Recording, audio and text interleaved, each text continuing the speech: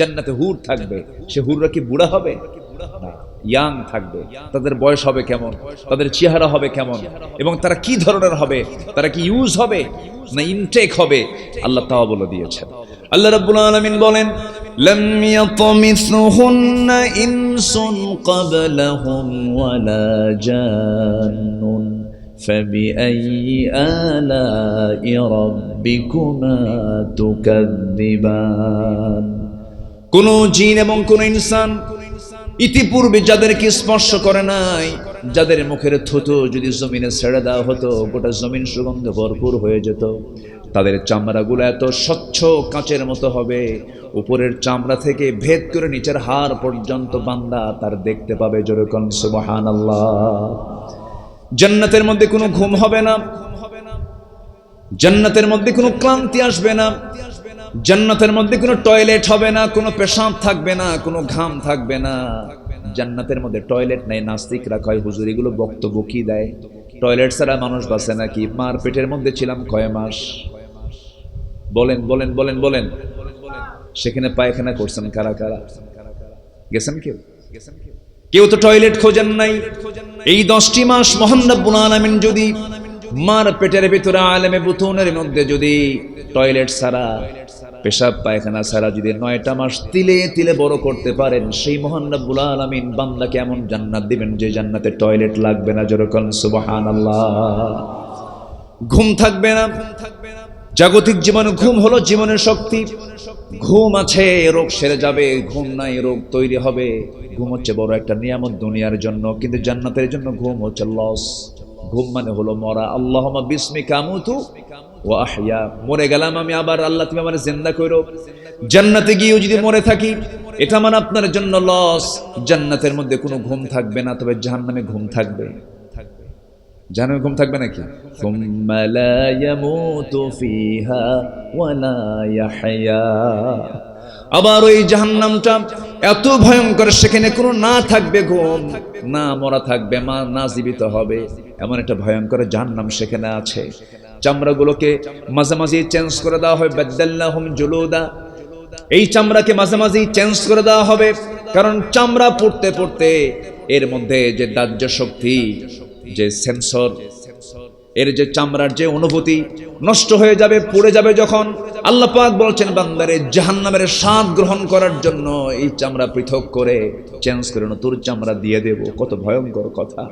আল্লাহ রাব্বুল আলামিন বলছেন, তবে হে ওই সমস্ত বান্দাগুলো সফল। قد أفلح من تزكى وذكر اسم ربه فصلى بل تؤثرون الحياة الدنيا والآخرة خير وأبقى إن هذا لفي الصحف الأولى صحف إبراهيم وموسى। সূরাতুল আ'লা। প্রায় আপনি জুমার নামাজে মক্কার আযান, মক্কার নামাজ আপনি এই জায়গায় বসে আপনি শুনতে পারবেন, দেখতে পারবেন। আমি প্রায় লক্ষ্য করে দেখেছি মক্কা মদিনার দুই হারামে জুমার নামাজের সময় সূরাতুল আ'লা বেশি করে পড়া হয়, কারণ আ'লা সবচেয়ে বড়। তিনি কে বলেন? আরো যেরকম কে? আল্লাহ পাক তিনি হচ্ছেন আ'লা। সাব্বিহিসমা রাব্বিকাল আ'লা। সূরাতুল আ'লার শেষে বলছেন কোন বান্দা সফল? যার মধ্যে 3টা কাজ আছে। قد أفلح من تزكى وذكر اسم ربه فصلى بل تؤثرون الحياة الدنيا। জোরে বলুন আল্লাহু আকবার। সফলকে নাম্বার 1 হলো যে নফসকে শুদ্ধ করতে পেরেছে, নফসের শুদ্ধতা যে ব্যক্তি আনতে পেরেছে। নামাজ কার জন্য? জোরে বলেন, আরো জোরে বলেন। মানুষের জন্য পড়ার মতো লোক আছে না নাই? বলেন। মানুষকে খুশি করো। কমিটির সভাপতি হতে হবে, আমাকে মানুষ নামাজি বলবে, এমন নামাজি হওয়া যাবে না। আল্লাহ রাব্বুল আলামিন বলছেন, আল্লাযীনা হুম আন সালাতিহিম সাহুন আল্লাযীনা হুম ইউরাউনা ওয়া ইয়ামনাউনাল মাউন। ধ্বংস হোক তার যে ব্যক্তি অবহেলা করে নামাজ পড়ে, জোহরটাকে আসরের সঙ্গে লাগায় দেয়, আসরকে মাগরিবের সঙ্গে লাগায় দেয়, অবহেলা করে নামাজ পড়ে, আর যারা লোক দেখানো নামাজ পড়ে তাদের ধ্বংস হয়ে যাক। অতএব আমরা নামাজি হব কার জন্য বলেন? আসতে বলবেন না, কার জন্য হব? যে ব্যক্তি দুনিয়ার জন্য হবে সে তার নফসের শুদ্ধতা নাই, আর যে ব্যক্তির নামাজ আল্লাহর জন্য হবে সে হলো সফল। ক্বাদ আফলাহা মান তাযাক্কা। দান করব আমি, কমিটির মেম্বার আমি দান না করলে পারে মেম্বার থাকবে না, আমার সদস্য পদ থাকবে না, দান করতে হচ্ছে। না না, আমি দান করব একমাত্র কার জন্য বলেন? ডান হাত দেব, বাম হাত জানবে না, বাম হাত দেব, ডান হাত জানবে না। আল্লাহ বলছেন, বান্দারে তুই কি জানিস গোপনে তুই দান করবি, আমি আল্লাহ তোকে গোপনে গোপনে জান্নাত দিয়ে দেব। তুই আমার পথে খুশি করার জন্য দান করবি, আমি তোকে আর শাজিমের ছায়া জায়গা দেব। সাবআতু যিল্লুহুমুল্লাহু ফি যিল্লিহি ইয়াউমা লা যিল্লা ইল্লা যিল্লুহু ইমামুন আদিল। সাত শ্রেণীকে আল্লাহ রাব্বুল আলামিন আর শাজিমের ছায়া জায়গা দিবেন। কয় শ্রেণী বলেন? জোরে বলেন, কয় শ্রেণী? সাত শ্রেণী। সাত শ্রেণীর ভিতরে একটা শ্রেণী হলো যে ব্যক্তি ডান হাতে দান করবে, বাম হাত জানবে না, বাম হাতে দান করবে, ডান হাত জানবে না। এমন ব্যক্তিকে আল্লাহ রাব্বুল আলামিন বলছেন, যেদিন কোনো ছায়া থাকবে না আরশের ছায়া ছাড়া, আমি আল্লাহ নিজে তাকে আর শাজিমের ছায়ার মেহমান বানায়া নেব। নাম্বার 2 হলো সিএলই। নাম্বার 1 হলো ন্যায়পরায়ণ শাসক, ইমামুন আদিল, রাজুলুন কলবুহু মুআল্লাকুম বিল মাসাজিদ। নাম্বার 1 হলো ন্যায় বিচারক, যে আল্লাহ পাক বিচারপতির সম্মান সবচেয়ে কম দিয়েছেন না বেশি দিয়েছেন? কারণ আলাইসাল্লাহু বিআহকামিল হাকিমিন, বিচারকদের বিচারক তিনি কে? জোরে বিচারকদের বিচারক তিনি কে? দুনিয়াতেও বিচারকের দাম বেশি, যদি সে সৎ বিচারক হয়, আবার সেই বিচারক সৎ বিচার করে যদি দুনিয়া থেকে বিদায় হয়ে যায়, আল্লাহ পাক বলছেন আমি তাকে 1 নম্বর কাতারে আর শাজিমের ছায়া জায়গা দিয়ে দেব। জোরে বলে সুবহানাল্লাহ। আমার দেশের বিচারপতিরা মাশাআল্লাহ একদম 1 নম্বরে আছে। হ্যাঁ, কিছু বলেন। আল্লামা সাইদির সাক্ষী একজন আসছিল সাক্ষী দিতে, 71-এর কি ঘটনা ঘটছে। ওনাকে ধর্ষক বানানো হয়েছে, ওনাকে খুনি বানানো হয়েছে। এক সাক্ষী তার বিরুদ্ধে সাক্ষী দিতে আসছে। সাক্ষীর জন্ম হলো 79, ঘটনা হলো 71। কি বুঝতেছেন আমার কথা?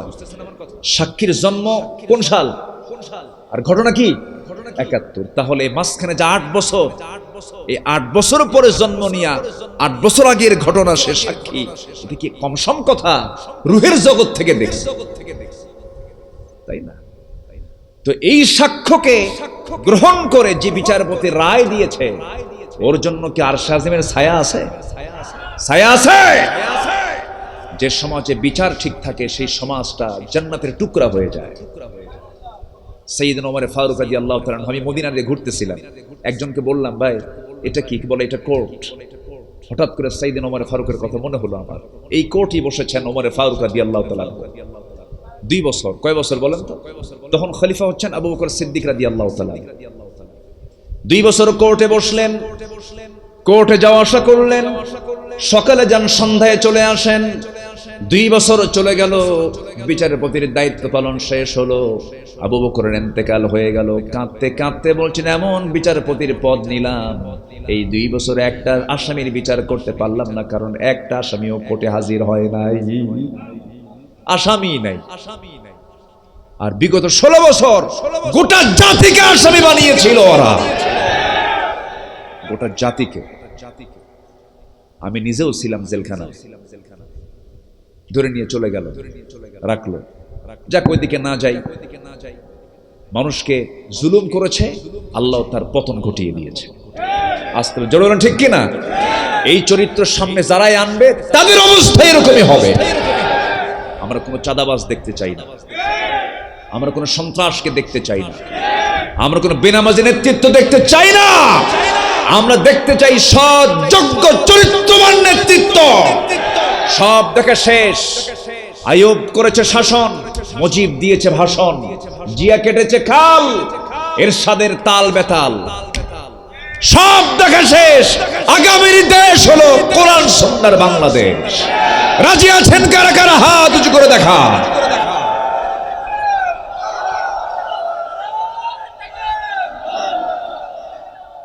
জীবনে বহু জিনিস দেখেছি, পুরাতন মনে হয়। একবার দেখলাম, পুরাতন মনে হয়। দ্বিতীয়বার দেখতে গেলে আর নতুন থাকে না। কিন্তু আল্লাহর কসম করে বলি, আল্লাহর ঘরের দিকে যখন তাকাই, ওই কালো কাপড় দিয়ে মুড়ানো ঘরের দিকে যখন তাকাই, মনে হয় এটা নতুনত্ব কখনো ফুরাবে না। যতবার তাকাবো, যতবার আমার নজর যাবে, ততবার আল্লাহ পাক আমাকে মাফ করে দিবেন। আল্লাহ রাব্বুল আলামিন পৃথিবীর প্রথম ঘর এটাকে বানিয়েছেন। ইন্না আউওয়ালা বাইতিন উদিআ লিন-নাসি লাল্লাযী বিবাক্কাহ মুবারাকা। প্রথম ঘর এই ঘর, এবং এর মধ্যেই প্রচুর নিদর্শন রয়েছে। ইন্নাস সাফা ওয়াল মারওয়াতা মিন শাআইরিল্লাহ। আল্লাহর যত নিদর্শন আছে এর মধ্যে অন্যতম নিদর্শন হচ্ছে সাফা মারওয়া, আল্লাহর ঘর। আল্লাহ সবাইকে যাওয়ার তৌফিক দান করুন। এই কথাগুলো কেন হলো, আমি কালকে আসলাম তো, এই জন্য এই কথাগুলো একটু আসতেছে। আমি আমার মূল আলোচনার দিকে আস্তে আস্তে যাব। তাহলে এই পৃথিবীতে দুটা মসজিদে সবচেয়ে বেশি জানাজার নামাজ অনুষ্ঠিত হয়, একটা হলো মক্কা মুকাররমা, আরেকটা কোথায়? মদিনা মুনাওয়ারা। চলছে, জানাজা হয়, প্রায় হয় সব। আমি কোনো ওয়াক্তে বাদ পাইনি, প্রত্যেক ওয়াক্তেই পেয়েছি আমি। এবং প্রত্যেক ওয়াক্তেই যখন জানাজার ডাক যখন আসছে, তখন আমার ভিতরে একটা কম্পমান সৃষ্টি হয়েছে। আমার একদিন ডাক তেমন হবে, আমার জন্য মসজিদের মাইকে এলান হবে, আব্দুল আল আমিন দুনিয়া থেকে বিদায় নিয়েছে, সবাই চলে যাব। কেউ বাঁচতে আসেনি, সবাই ইন্তেকাল অবশ্যই আমরা করব, কোনো সন্দেহ নেই। আল্লাহকে মানে না, কিন্তু মৃত্যুকে মানে না, এমন কোন লোক পৃথিবীতে আছে? মরে যাব। কিন্তু এখন বিষয়টা হলো যে মরে তো যাব আমি, সফলতা কেমনে আসবে? সফল কে? সফলতার জন্য যে আয়াতটা আমাদের সার্চ করা দরকার, এই আয়াতটাও আল্লাহ পাক এটাই সিলেক্ট করেছেন। মৃত্যুর পরেই সফলতার কথা বলেছেন, ফাকাদ ফাজ। সফল কে আল্লাহ পাক তাও বলে দিয়েছেন। তাহলে আমরা আমেরিকা যাওয়াকে সফল মনে করব না আল্লাহর পরামর্শকে সফল মনে করব? বলে অনেকে বলে স্বপ্নের দেশ আমেরিকা, স্বপ্নের দেশ ইউরোপ। আরে যেতে পারলে তো কাম, বিশাল ব্যাপার। একটা সিটিজেনশিপ পেয়ে গেলাম আমেরিকার, গ্রিন কার্ড পেয়ে গেলাম, বিশাল কিছু না। আল্লাহ বলছেন না, পৃথিবীটা আল্লাহর কাছে এতই নগণ্য, এত কম দামি, এত মূল্যহীন। আমার নবীজি মদিনার রাস্তা দিয়ে চলছিল। আমি যখন মদিনায় ঘুরি তখন মনে হয় কি জানেন, আহারে কোন বেয়াদবি যেন হচ্ছে, রাসূল তো মাটিতে শুয়ে আছে। সুবহানাল্লাহ। আমার নবীজি মদিনার রাস্তা দিয়ে হাঁটছিলেন, হাঁটার পথে দেখতে পেলেন একটা মরা ছাগল পড়ে আছে, কানটা কাটা। এমন একটা ছাগল পড়ে আছে কানটার, সেই ছাগলটার কান রাসূল ধরলেন আর বললেন, সাহাবীরা, এই যে মরা ছাগল তোমরা দেখতে পেতেছো, কেউ কি তোমরা টাকা দিয়া পয়সা দিয়া ছাগলটা কিনবে নাকি? সাহাবায়ে কেরাম বললেন, ইয়া রাসূলুল্লাহ, কোন চালাক মানুষ এই কাম করবে না, কোন টাকা পয়সা দিয়ে কিনবে না। রাসূল বলেন, শুধু মরা প্রাণী এটা নয়, কানটাও অপূর্ণ, কানটা কাটা, খুতলা প্রাণী। রাসূল বলছেন, তোমরা টাকা দিয়ে যেমন এই মরা ছাগলটাকেও কিনতে যাবে না। এই মরা ছাগল যে পড়ে আছে, এই মরা ছাগলের চাইতেও, সব মরা ছাগলের চাইতেও কম দামি আমার আল্লাহর কাছে এই দুনিয়া। এই দুনিয়াটা এই মৃত ছাগলের চাইতেও নগণ্য আমার আল্লাহর কাছে। আর আমরা কোন লালিত স্বপ্ন আমরা আঁকছি, কোন কল্পনা আমরা করছি, কিন্তু ওইদিকে জান্নাত আল্লাহ পাক রেখে দিয়েছেন, এমন জান্নাত যা কখনো কেউ কল্পনাও করে নাই। জান্নাতের একটা কোড়া রাখার জায়গা। খায়রুদ দুনিয়া ওয়া মা ফিহা, দুনিয়া এবং দুনিয়ার মাঝে যা আছে তার চেয়েও দামি। জোরে বলি সুবহানাল্লাহ। সবাই কেমন জান্নাত নিতে চান? সবাই কি জান্নাত নিতে রাজি আছি তো ইনশাআল্লাহ? নামাজ না পড়লেও হবে নাকি? এই দেশে নামাজি লোক বেশি না বেনামাজি লোক বেশি? মসজিদ বেশি না মুসল্লি বেশি? ওরে, তাহলে তো কথা ঠিকই আছে, মসজিদ বেশি। নিচে রাখেন, হ্যাঁ নিচে রাখেন। মসজিদ বেশি কিন্তু মুসল্লি কম। মাঝে মাঝে এমনও হয় মসজিদ ফাঁকা, ফজর নামাজে মুসল্লি নাই। আছে কিনা বলেন? মসজিদ কি ফাঁকা। টাইলসওয়ালা মসজিদ হয়েছে, এসিওয়ালা মসজিদ হয়েছে, সুন্দর সুমধুর সুরে আজান দিচ্ছেন মুয়াজ্জিন, কি সুন্দর আওয়াজ দিয়ে দিয়ে আজান দিতেছেন, কিন্তু সে আজানে কারো দিল গলে না। কেউ মসজিদের দিকে যায় না, কেউ নামাজের পাবন্দি হয় না। রহ গিয়া রসমে আজান না রহে রূহ বেলালি, ফলসফা রহ গিয়া তলকি গজালি নহ রহি। আজান চলতেছে মসজিদে মসজিদে, সুন্দর মাইক, সুন্দর কণ্ঠ, আজান ভেসে আসতেছে, বান্দার কানে কানে ঢুকছে কিন্তু রুহের মধ্যে ঢুকে না। কারণ বেলাল যে রুহ দিয়ে আজান দিয়েছেন, সেই রুহানি আজান আজকের আজানের মধ্যে খুঁজে পাওয়া যায় না। নাই মুসল্লি মসজিদে নাই। আসল মুসল্লি হলো ফজরের, ফজরে মুসল্লি নাই। আসল মুসল্লি হলো সালাতুল ইশা, নাই, খুঁজে পাওয়া যায় না। সম্মানিত ভাইয়েরা, মৃত্যু চিন্তা যদি মানুষের ভিতরে যদি গভীরভাবে থাকতো, বলুন তো মসজিদকে ফাঁকা থাকতো না ভরা থাকতো? ভরা থাকতো। তাহলে কি মসজিদ বেশি হওয়া দরকার না মুসল্লি বেশি হওয়া দরকার? মুসল্লি বেশি হওয়া দরকার। দুঃখ লাগে আমার দেশের যে বৃহৎ দলগুলো আছে, বৃহৎ দল, যে দলের সমর্থক বেশি, বুঝতেই পারতেছেন তো, নাম বলার দরকার নেই। এই বৃহৎ দলগুলোর নেতারা যদি বলতো, ভাই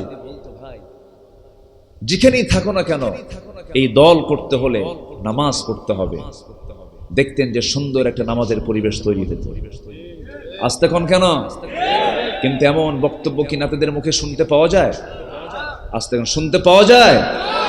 তাহলে যে নেতার মুখ থেকে নামাজের বয়ান আসে না, যে দল নামাজের কথা বলে না, জাহান্নাম থেকে বাঁচানোর কথা বলে না, যে দল আমাকে জান্নাতের দিকে আহ্বান করে না, সেই দল আল্লাহর দল নয়, সেই দল হচ্ছে শয়তানের দল।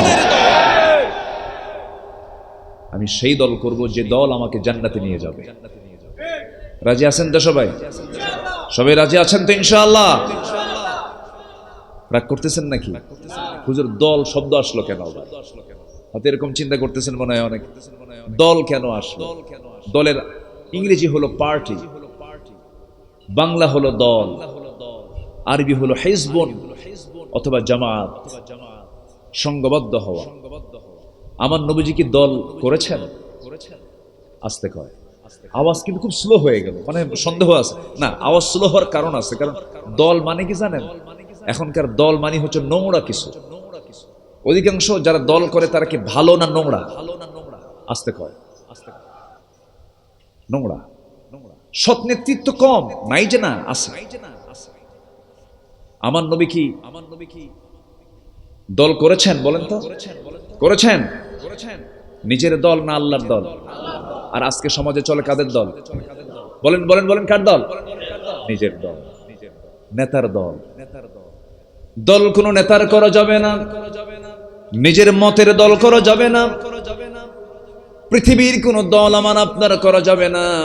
আল্লাহ রাব্বুল আলামিন বলেন, ওয়ালতাকুম মিনকুম উম্মাতুন ইয়াদউনা ইলাল খায়রি ওয়া ইয়া'মুরুনা বিল মা'রুফি ওয়া ইয়ানহাউনা আনিল মুনকার। তোমাদের ভিতরে অবশ্যই এমন একটা দল থাকতে হবে যে দলটা মানুষকে সৎ কাজের আদেশ দেবে, অসৎ কাজের বাধা প্রদান করবে। কুনতুম খায়রা উম্মাতিন উখরিজাত লিন-নাস তা'মুরুনা বিল মা'রুফি ওয়া তানহাউনা আনিল মুনকার। তোমরাই শ্রেষ্ঠ জাতি, মানুষের কল্যাণের জন্য পৃথিবীতে তোমাদেরকে পাঠানো হয়েছে। তোমরা কি করবে? সৎ কাজের আদেশ দেবে, অসৎ কাজের বাধা প্রদান করবে, ঈমান আনবে। আল্লাহর উপরে হুকুমটা কার হুকুম? অন্যের প্রতিবাদ কি একা হয় না দল করে করতে হয়? বলেন কি করে? কি করে? দল, সংঘবদ্ধ হতে হবে। তাহলে দল করতে হবে। যারা বলে আমি কোনো দল করি না, আমি নিরপেক্ষ, ওটা হলো 1 নাম্বার শয়তান। কি কথা ক্লিয়ার নাকি? যারা বলে ভাই এত ঝামেলা টামেলা নাই, আমি কোনো দলের মধ্যে নাই, শয়তান ওর কাছে ফেল। আপনাকে দল করতেই হবে, যে কোনো একটা পক্ষ নিতেই হবে। একটা হচ্ছে আল্লাহর পক্ষ, আর একটা হচ্ছে শয়তানের পক্ষ। আমরা কার পক্ষ নেব? আরো জোরে বলেন, কার পক্ষ? মদ কার কাজ?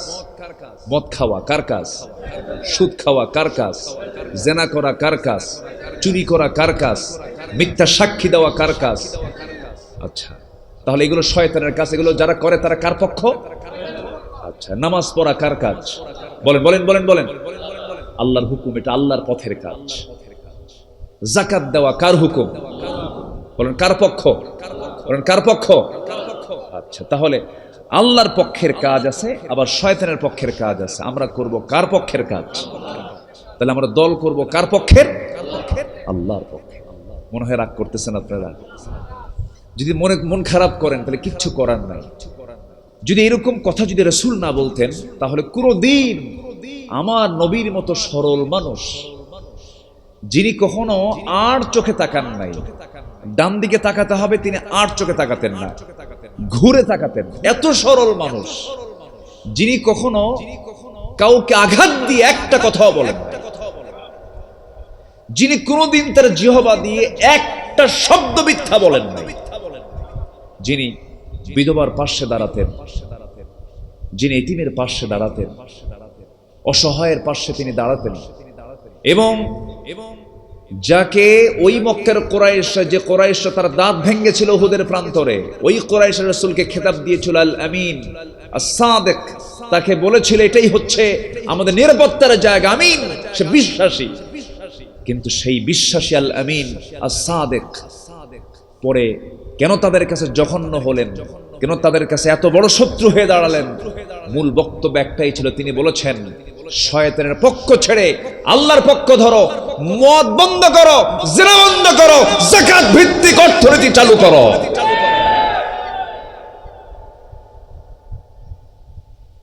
সম্মানিত ভাইয়েরা, নবীর মতো করে দাওয়াত যদি আমরা দেই, তাহলে নবীর মতোই মার খাইতে হবে। নবীর মতো করে যদি দাওয়াত দেই, নবীর মতো দেশও ছাড়া লাগতে পারে। নবীর মতো যদি দাওয়াত দেই, আমাদের হাত পা অঙ্গহানি হতে পারে। কি আমার কথা কি বুঝতেছেন?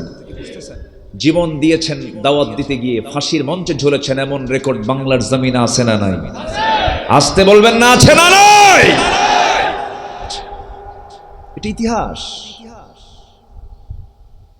আমার বন্ধুগণ, দুনিয়া ছেড়ে আমিও যাব, আপনিও যাবেন। কেউ বাঁচার জন্য আসি নাই, দুনিয়া থেকে আমি আপনি বিদায় হয়ে যাব। কারণ যখন সময় হয়ে যাবে, ওয়াজাআত সাকরাতুল মাউতি বিল হক, অবশ্যই মৃত্যু যন্ত্রণা মহাসত্য, সবাইকেই যেতে হবে। কোথায় পালাবেন আপনি? পালানোর তো কোনো সুযোগ নাই। ইয়া মা'শারাল জিন্নি ওয়াল ইনসি ইন ইসতাতা'তুম আন তানফুযু মিন আকতারিস সামাওয়াতি ওয়াল আরদ ফানফুযু লা তানফুযুনা ইল্লা বিসুলতান। সবাই বলুন, ফাবিআইয়ি আলা'i রাব্বিকুমা তুকাযযিবান। কোথায় যাবেন আপনি?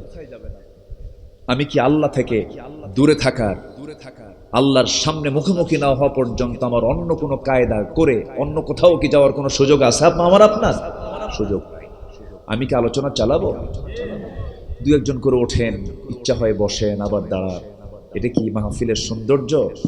না, এটা মাহফিলের খেলাফ কাজ। আমরা যেখানে বসে আছি, আপনি জানেন অসংখ্য ফেরেশতা আমাকে আপনাকে পাহারা দিচ্ছে, সওয়াব লিখতেছে।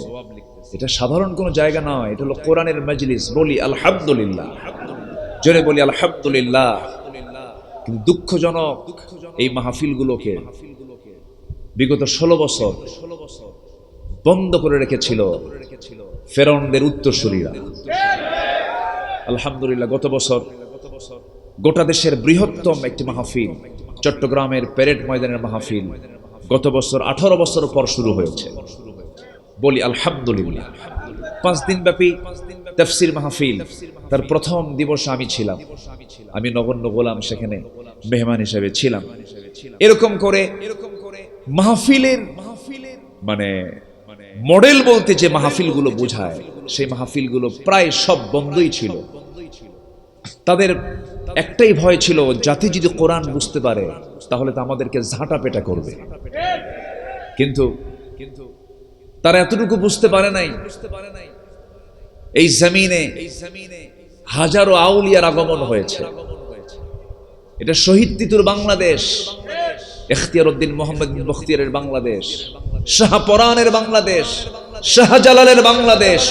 কোরআন সুন্নাহর বিরুদ্ধে যারাই যাবে তাদের পতন অবশ্যই হবে হবে হবে হবে, এটাই স্বাভাবিক। এদেশের শেকড়ে ইসলাম ঢুকেছে। ইসলামকে কেউ নির্মূল করতে চাইলে সে নিজেই নির্মূল হয়ে যাবে।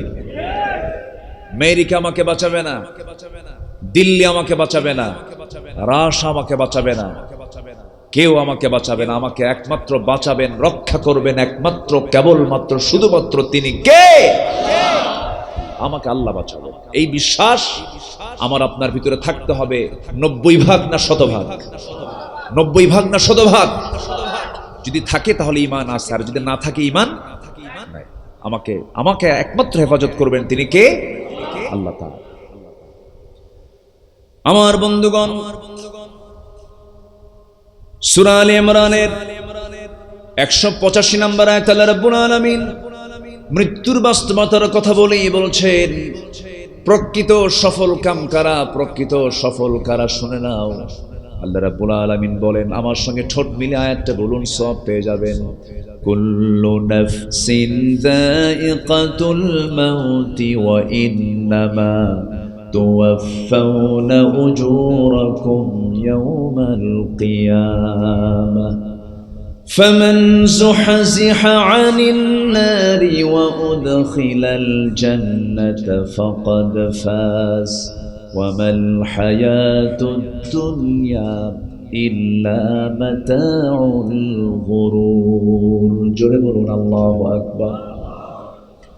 আল্লাহ রাব্বুল আলামিন বলেন, প্রাণ আছে যার, মৃত্যুর স্বাদটাকে আস্বাদন করতেই হবে। মৃত্যুটা কেমন হবে, মৃত্যুটা কি প্রকৃতির হবে, ভালো বান্দার মৃত্যু কেমন হবে, মন্দ বান্দার মৃত্যু কেমন হবে, এই সমস্ত বিষয়ে ব্যাখ্যা আছে না নাই বলেন? আসতে বলবেন না আছে না নাই বলেন? আছে। রাসূল সুন্দর করে কথাগুলো বলেছেন। যখন রাসূল বলতেন চোখের কোনা বেয়ে বেয়ে টপ টপ করে পানি পড়তো, কিয়ামতের কথা যখন বলতেন নবীর চোখের পানিতে জায়নামাজ ভিজে যেত, দাড়িগুলো ভিজে যেত। আমার নবীজি মাঝে মাঝে ওই সমস্ত আয়াতগুলো যখন বলতেন, ইদাশ শামসু কুওয়িরাত ওয়া ইদান নুজুমুন কাদারাত ইদাস সামাউ ফাতারাত ওয়া ইদাল কাওয়াকিবু ইনতাসারাত ইদা যুলজিলাতিল আরদু জিলজালাহা ওয়া আখরাজাতিল আরদু আথকালাহা وقال الإنسان ما لها। নবীজি কেঁদে ফেলতেন নামাজের ভিতরে, সাহাবায়ে কেরামদের ভিতরে কান্নার রোল পড়ে যেত, মৃত্যুর চিন্তা তাদের মধ্যে গাঢ় সৃষ্টি হয়ে যেত। দুনিয়াকে তারা ঠুনকো মনে করতেন। এই দুনিয়াকে তারা এত ঠুনকো মনে করতেন যে ইদা আসবাহতা ফালা তানতাযিরিস সাবাহ ওয়া ইদা আমসাইতা ফালা তানতাযিরিস সাবাহ ইদা আসবাহতা ফালা তানতাযিরিল মাসা। যখন তোমরা সকাল পাবে সন্ধ্যার অপেক্ষা করবে না, সন্ধ্যা যখন পাবে সকালের অপেক্ষা করবে না। মালাকুল মউত যখন তখন আসতে পারে। এই যে বসে আছি, বসে থাকা থেকে আমি উঠতে পারবো এমন গ্যারান্টি কারো আছে নাকি? কারো আছে? সবাই চলে যাব, সবাই চলে যাব। কিন্তু সফলটাকে কে সফল হলো? আল্লাহ পাক সফলতার কথা এই আয়াতের মধ্যে সুন্দর করে বলছেন। আমার বন্ধুগণ, এই দুনিয়ার পরপরই আমার আপনার জন্য প্রথম স্টেপ হলো মৃত্যু। প্রথম স্টেপ কি বলেন? মৃত্যু। এরপরে হলো বারজাখ, কবরের জিন্দেগি। আলমে আরওয়াহ পার করে এসেছি, রূহের জগৎ পার করে এসেছি। এখন আমরা আলমে জাহানে আছি, দুনিয়ার জাহানে আছি। আমি এরপরে মৃত্যু হবে, আলমে বারজাখ চলে আসবে, এরপরে কিয়ামত হবে, এরপরে বিচার দিবস চলে আসবে। জাহান্নামের ভয়াবহতাগুলো আমরা চোখের সামনে জাহান্নাম পেলে পরে দেখতে পাবো, আবার জান্নাত পেলে পরে জান্নাতের নিয়ামত দেখতে পাবো। কিন্তু সফলকে জাহান্নাম না জান্নাত? বলেন বলেন, জাহান্নাম না জান্নাত? দেখেন সফলতা কোথায় আর আমরা যাই কোথায়। আল্লাহ রাব্বুল আলামিন বলেন সফলকে, আল্লাহ রাব্বুল আলামিন বলছেন ফামান যুহজিহা আনিন নারি ওয়া উদখিলাল জান্নাতা ফাকাদ ফাজ ওয়া মাল হায়াতুদ দুনিয়া ইল্লা মাতাউল গুরুর। জোরে বলুন আল্লাহু আকবার। এই দুনিয়াটা হলো প্রতারণা, মায়া মরীচিকা। এই দুনিয়া আমার আপনার জীবন থেকে একদিন দূরে চলে যাবে, দুনিয়াটা হেরে যাবে। আমি আল্লাহর কাছে রওনা দেব, আমি আল্লাহর কাছে চলে যাব। এই দুনিয়াটা মায়া মরীচিকা, প্রতারণা ছাড়া কিছুই নয়। কিন্তু সফলকে, যে ব্যক্তি জাহান্নাম থেকে নিজেকে মুক্ত করে যে ব্যক্তি জান্নাত পেয়ে গেল, সে হলো মহা সফল। যেরকম সুবহানাল্লাহ। যার কাছ থেকে জাহান্নামটা দূরে চলে গেল আর জান্নাত যার কাছে কাছাকাছি চলে আসলো, সে হলো মহা সফল। জান্নাত আছে না নাই? আসতে বলুন, জান্নাত আছে না নাই? জান্নাত যা আছে তার বড় প্রমাণ কি বলেন? বলেন বলেন, তার বড় প্রমাণ কি? কোরআন। কোরআন যার যত বেশি জানা থাকবে, জান্নাত তার তত বেশি চেনা থাকবে। সুবহানাল্লাহ বলেন। কোরআনকে যে ব্যক্তি বেশি চিনবে, কোরআনকে সে যে বেশি রপ্ত করতে পারবে, জান্নাত সে তত বেশি চিনতে পারবে। যেরকম সুবহানাল্লাহ। এই জন্য কোরআন হচ্ছে এমন একটি জানালা, যে জানালায় চোখ রাখলে পরে জান্নাত এবং জাহান্নামের দৃশ্য বান্দা দুনিয়াতে বসেই দেখতে পায়, দুনিয়াতে বসেই দেখতে পায়। এই জন্য আমরা এই জানালাটাকে আমরা আমাদের চোখ থেকে আড়াল করব না, জানালাটা খুলবো, খুলে মাঝে মাঝে দেখবো জান্নাতের দৃশ্য কেমন। এটা এমন একটা আয়না, যে আয়নায় চোখ রাখলে জান্নাত কেমন, তার নিয়ামত কেমন, তার খাবার কেমন, তার ডিউরেশন কেমন, সেখানে কেমন ধরনের খাবার হবে, বয়স কেমন হবে, সব বক্তব্য কোরআনে আছে না নাই? আচ্ছা। জান্নাতে হুর থাকবে, সে হুররা কি বুড়া হবে? না, ইয়াং থাকবে। তাদের বয়স হবে কেমন, তাদের চেহারা হবে কেমন, এবং তারা কি ধরনের হবে, তারা কি ইউজ হবে না ইনটেক হবে, আল্লাহ তাআলা বলে দিয়েছেন। আল্লাহ রাব্বুল আলামিন বলেন লাম ইয়াতমিসুহুন্না ইনসুন ক্বাবলাহুম ওয়ালা জান্নুন ফাবিআইয়ি আলাই রাব্বিকুমা তুকাযযিবান। কোন জিন এবং কোন ইনসান ইতিপূর্বে যাদেরকে স্পর্শ করে নাই, যাদের মুখের থুতু যদি জমিনে ছেড়ে দেওয়া হতো, গোটা জমিন সুগন্ধে ভরপুর হয়ে যেত। তাদের চামড়াগুলো এত স্বচ্ছ কাঁচের মতো হবে, উপরের চামড়া থেকে ভেদ করে নিচের হাড় পর্যন্ত বান্দা তার দেখতে পাবে। যেরকম সুবহানাল্লাহ। জান্নাতের মধ্যে কোনো ঘুম হবে না, জান্নাতের মধ্যে কোনো ক্লান্তি আসবে না, জান্নাতের মধ্যে কোনো টয়লেট হবে না, কোনো পেশাব থাকবে না, কোনো ঘাম থাকবে না। জান্নাতের মধ্যে টয়লেট নাই। নাস্তিকরা কয় হুজুর এগুলো বক্তব্য কি দেয়, টয়লেট ছাড়া মানুষ বাঁচে নাকি? মার পেটের মধ্যে ছিলাম কয় মাস? বলেন বলেন বলেন বলেন। সেখানে পায়খানা করছেন কারা কারা? গেছেন কেউ? কেউ তো টয়লেট খোঁজেন নাই। এই 10টি মাস মহান রব্বুল আলামিন যদি মার পেটের ভিতরে আলেমে বুতুনের মধ্যে যদি টয়লেট ছাড়া, পেশাব পায়খানা ছাড়া যদি 9টা মাস তিলে তিলে বড় করতে পারেন, সেই মহান রব্বুল আলামিন বান্দাকে এমন জান্নাত দিবেন যে জান্নাতে টয়লেট লাগবে না। যেরকম সুবহানাল্লাহ। ঘুম থাকবে না। জাগতিক জীবনে ঘুম হলো জীবনের শক্তি। ঘুম আছে রোগ সেরে যাবে, ঘুম নাই রোগ তৈরি হবে। ঘুম হচ্ছে বড় একটা নিয়ামত দুনিয়ার জন্য, কিন্তু জান্নাতের জন্য ঘুম হচ্ছে লস। ঘুম মানে হলো মরা। আল্লাহুম্মা বিসমিকা আমুতু ওয়া আহইয়া। মরে গেলাম আমি, আবার আল্লাহ তুমি আমারে জিন্দা করো। জান্নাতে গিয়েও যদি মরে থাকি, এটা মানে আপনার জন্য লস।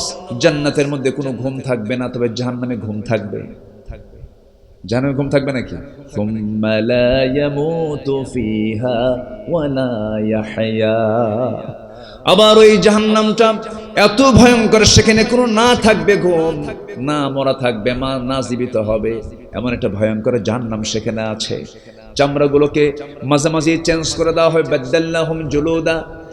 এই চামড়াকে মাঝে মাঝে চেঞ্জ করে দেওয়া হবে, কারণ চামড়া পড়তে পড়তে এর মধ্যে যে দাহ্য শক্তি, যে সেন্সর, এর যে চামড়ার যে অনুভূতি নষ্ট হয়ে যাবে, পুড়ে যাবে যখন, আল্লাহ পাক বলছেন বান্দারে জাহান্নামের স্বাদ গ্রহণ করার জন্য এই চামড়া পৃথক করে চেঞ্জ করে নতুন চামড়া দিয়ে দেব। কত ভয়ঙ্কর কথা। আল্লাহ রাব্বুল আলামিন বলছেন তবে হে ওই সমস্ত বান্দাগুলো সফল।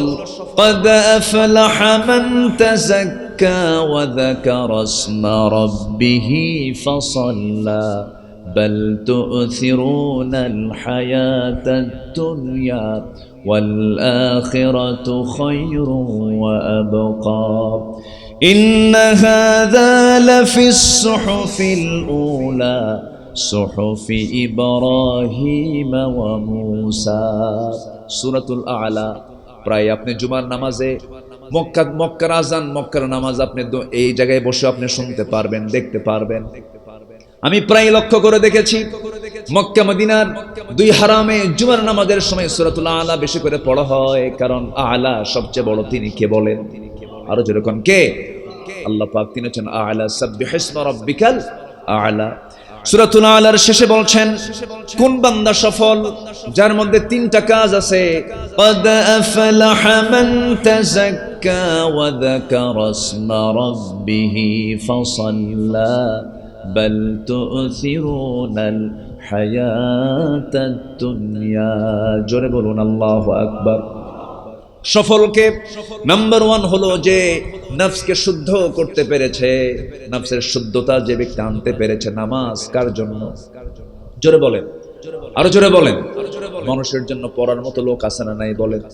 মানুষকে খুশি করো, কমিটির সভাপতি হতে হবে, আমাকে মানুষ নামাজি বলবে, এমন নামাজি হওয়া যাবে না। আল্লাহ রাব্বুল আলামিন বলছেন আল্লাযীনা হুম আন সালাতিহিম সাহুন الذين هم يراءون ويمنعون الماعون। ধ্বংস হোক তার যে ব্যক্তি অবহেলা করে নামাজ পড়ে, জোহরটাকে আসরের সঙ্গে লাগায় দেয়, আসরকে মাগরিবের সঙ্গে লাগায় দেয়, অবহেলা করে নামাজ পড়ে। আর যারা লোক দেখানো নামাজ পড়ে তাদের ধ্বংস হয়ে যাক। অতএব আমরা নামাজি হব কার জন্য? বলেন, আসতে বলবেন না, কার জন্য হব? যে ব্যক্তি দুনিয়ার জন্য হবে সে তার নফসের শুদ্ধতা নাই, আর যে ব্যক্তির নামাজ আল্লাহর জন্য হবে সে হলো সফল। قد أفلح من تزكى। দান করব আমি, কমিটির মেম্বার আমি দান না করলে পারে মেম্বার থাকবে না, আমার সদস্য পদ থাকবে না, দান করতে হচ্ছে। না না, আমি দান করব একমাত্র কার জন্য? বলেন। ডান হাত দেব, বাম হাত জানবে না, বাম হাত দেব, ডান হাত জানবে না। আল্লাহ বলছেন বান্দারে তুই কি জানিস গোপনে তুই দান করবি, আমি আল্লাহ তোকে গোপনে গোপনে জান্নাত দিয়ে দেব। তুই আমার পথে খুশি করার জন্য দান করবি, আমি তোকে আর শাজিমের ছায়া জায়গা দেব। সাবআতু যিল্লুহুমুল্লাহু ফি যিল্লিহি ইয়াউমা লা যিল্লা ইল্লা যিল্লুহু ইমামুন আদিল। 7 শ্রেণীকে আল্লাহ রাব্বুল আলামিন আর শাজিমের ছায়া জায়গা দিবেন। কয় শ্রেণী? বলেন, জোরে বলেন, কয় শ্রেণী? 7 শ্রেণী। 7 শ্রেণীর ভিতরে একটা শ্রেণী হলো যে ব্যক্তি ডান হাতে দান করবে, বাম হাত জানবে না, বাম হাতে দান করবে, ডান হাত জানবে না। এমন ব্যক্তিকে আল্লাহ রাব্বুল আলামিন বলছেন যেদিন কোনো ছায়া থাকবে না আরশের ছায়া ছাড়া, আমি আল্লাহ নিজে তাকে আর শাজিমের ছায়ার মেহমান বানায়া নেব। নাম্বার 2 হলো সিএলই। নাম্বার 1 হলো ন্যায়পরায়ণ শাসক, ইমামুন আদিল, রাজুলুন কলবুহু মুআল্লাকুম বিল মাসাজিদ। নাম্বার 1 হলো ন্যায় বিচারক, যে আল্লাহ পাক বিচারপতির সম্মান সবচেয়ে কম দিয়েছেন না বেশি দিয়েছেন? কারণ আলাইসাল্লাহু বিআহকামিল হাকিমিন। বিচারকদের বিচারক তিনি কে? জোরবেন, বিচারকদের বিচারক তিনি কে? দুনিয়াতেও বিচারকের দাম বেশি যদি সে সৎ বিচারক হয়, আবার সেই বিচারক সৎ বিচার করে যদি দুনিয়া থেকে বিদায় হয়ে যায়, আল্লাহ পাক বলছেন আমি তাকে 1 নম্বর কাতার আর শাজিমের ছায়া জায়গা দিয়ে দেব। জোরে বলে সুবহানাল্লাহ। আমার দেশের বিচারপতিরা মাশাআল্লাহ একদম 1 নম্বরে আছে। হ্যাঁ, কিছু বলেন। আল্লামা সাইদির সাক্ষী একজন আসছিল সাক্ষী দিতে, 71-এর কি ঘটনা ঘটছে। ওনাকে ধর্ষক বানানো হয়েছে, ওনাকে খুনি বানানো হয়েছে। এক সাক্ষী তার বিরুদ্ধে সাক্ষী দিতে আসছে। সাক্ষীর জন্ম হলো 79, ঘটনা হলো 71। কি বুঝতেছেন আমার কথা? সাক্ষীর জন্ম কোন সাল আর ঘটনা কি? 71। তাহলে মাঝখানে যে 8 বছর, এই 8 বছর পরে জন্ম নিয়া 8 বছর আগের ঘটনা সে সাক্ষী, এটা কি কম সম কথা? রুহের জগৎ থেকে দেখছে, তাই না? তো এই সাক্ষ্যকে গ্রহণ করে যে বিচারপতি রায় দিয়েছে, ওর জন্য কি আরশ আজিমের ছায়া আছে? ছায়া আছে। যে সমাজে বিচার ঠিক থাকে সেই সমাজটা জান্নাতের টুকরা হয়ে যায়। সাইয়েদনা ওমর ফারুক রাদিয়াল্লাহু তাআলা, আমি মদিনাতে ঘুরতেছিলাম, একজনকে বললাম, ভাই এটা কি? বলে এটা কোর্ট। হঠাৎ করে সাইয়েদনা ওমর ফারুকের কথা মনে হলো আমার। এই কোর্টই বসেছেন ওমর ফারুক রাদিয়াল্লাহু তাআলা 2 বছর। কয় বছর বলেন তো? তখন খলিফা হচ্ছেন আবু বকর সিদ্দিক রাদিয়াল্লাহু তাআলা। 2 বছর কোর্টে বসলেন, কোর্টে যাওয়া আসা করলেন, সকালে যান, সন্ধ্যায় চলে আসেন। 2 বছর চলে গেল, বিচারপতির দায়িত্ব পালন শেষ হলো, আবু বকরের ইন্তেকাল হয়ে গেল। কাঁদতে কাঁদতে বলছেন, এমন বিচারপতির পদ নিলাম, এই 2 বছর একটা আসামির বিচার করতে পারলাম না, কারণ একটা আসামিও কোর্টে হাজির হয় নাই, আসামি নাই। আর বিগত 16 বছর গোটা জাতিকে আসামি বানিয়েছিল ওরা, গোটা জাতিকে।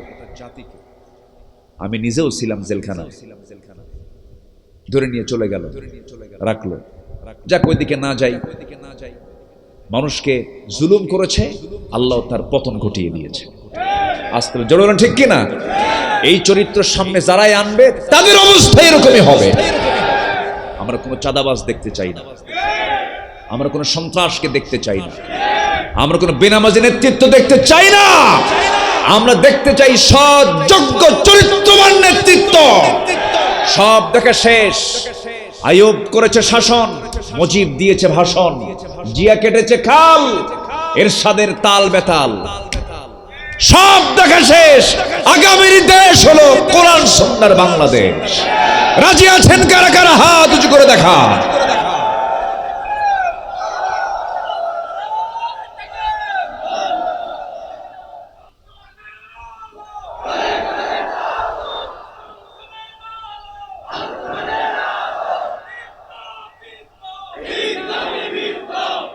আল্লাহ কবুল করুন, জোরে বলি আমিন। আমি ঢাকা ইউনিভার্সিটির ছাত্র ছিলাম, ঢাবিতে পড়াশোনা করেছি। ডাকসুর ইলেকশন হয়ে গেল, জানেন না আপনারা? আমাদেরকে দ্বীনের কোনো চর্চা করতে গেলে বাধা দেওয়া হতো। এমনকি যার প্যান্ট, যার পাজামা গিরার উপরে, তোর পাজামা কেন গিরার উপরে? গিরার উপরে পড়তে বলেছেন মুহাম্মদ সাল্লাল্লাহু। নামাজ পড়াকে সন্দেহ মনে করত, গিরার উপরে পাজামা পড়াকে সন্দেহ মনে করত। সেই ডাকসুতে আজ নীরব বিপ্লব ঘটেছে। মানুষ সৎ নেতৃত্ব চায়। আমরা চোখের সামনে দেখেছি অনেক কিছু, অনেক চিত্র দেখেছি। নামাজি লোকগুলোকে, নামাজি ছাত্রগুলোকে একটা সাইডে রাখতে, নামাজ পড়বি, শুক্রবারে পড়বি, 5 ওয়াক্ত পড়িস কেন? এই কথা বলছি। পড়বি 5 ওয়াক্ত কেন? তুই শুক্রবারে নামাজ পড়বি। 5 ওয়াক্ত নামাজ যে পড়তো তাকেই সন্দেহ করা হতো, বলতো এটাই মৌলবাদী। যেরকম নাউজুবিল্লাহ, যেরকম নাউজুবিল্লাহ। তাহলে আমরা বাদশা, শাসক দেখতে চাই অসৎ না সৎ? শাসক দেখতে চাই অসৎ না সৎ? বিড়ি খাওয়া, গাঁজা খাওয়া, বিড়ি খাওয়া, গাঁজা খাওয়া কোন শাসক দেখতে চাই? যারা বিড়ি খায়, যারা গাঁজা খায়, যারা মদ খায়, তারাই সংসদে মদের আইন পাস করে। কোন আলেম ওলামা মদের নাইট ক্লাবে যায় দেখতে পাবেন না। কোন নাইট ক্লাবে কোন আলেম ওলামা যায় না, যায় তারাই যারা ওই সংসদে বসে যারা আইন পাস করে। কথা বললি তো দোষ হয়ে যায়, দোষ হলেও আমাদের কিছু যায় আসে না। আমরা হক কথা বলবো, এতে কোনো আপত্তি, এতে কোনো সমস্যা নাই। আল্লাহ পাক 7 শ্রেণী কার শাজিমের ছায়ে জায়গা দিবেন। 1 নাম্বার কি? ইমামকে ধরেছেন না। আল্লাহ পাক নামাজীকে বলেছেন, রোজাদারকে বলেছেন, বলেছেন ন্যায় বিচারক। যেরকম আল্লাহু আকবার। তাহলে বিচারকের দাম সবচেয়ে কম না সবচেয়ে বেশি? বিচার ঠিক, সমাজ ঠিক, বিচার ঠিক, রাষ্ট্র ঠিক, বিচার ঠিক, জাতি ঠিক। আজকে সেই বিচার আছে? আমার দিকে তাকান, আমি কি শেষ করে দেব? আলোচনা চালাবো? জোরে বলি ইনশাআল্লাহ। নাম্বার 2, এমন যুবক, বুড়া বলেননি কিন্তু, ইসলামের সহযোগিতায় বুড়ো মানুষ এগিয়ে না যুবকরা এগিয়ে? বলেন কারা এগিয়ে? যুবকরা। যত বিরোধিতা সব যুবকরা করছে না বুড়োরা করছে? বিরোধিতা, বিরোধিতা। যুবকরা করছে না বুড়া মানুষ করছে? এই যুবকরা এমন ভাবে বলতেছে মানে বুড়া মানুষ কাজেরই না নাকি? হ্যাঁ, চাচাদের বিরোধিতা ইসলামে বেশি আসছে। আবু জেহেল ভাইয়ের কাতারে না চাচার কাতারে? আচ্ছা, আবু লাহাব ভাইয়ের কাতার না চাচার কাতার? চাচার কাতার। বুড়া মানুষগুলো ডিস্টার্ব করেছে বেশি। আজকে সমাজেও কিন্তু তারুণ্য যাদের ভিতরে আছে, যুবকরা, এরা কিন্তু ইসলাম চায়। কিছু বুড়া আবু জেহেল আছে, কিছু বুড়া আবু জেহেল আছে না নাই? ওরা বিভিন্ন বুদ্ধি খাটায় না। আল্লাহ পাক যুবকদেরকে খুব দাম দিয়েছেন।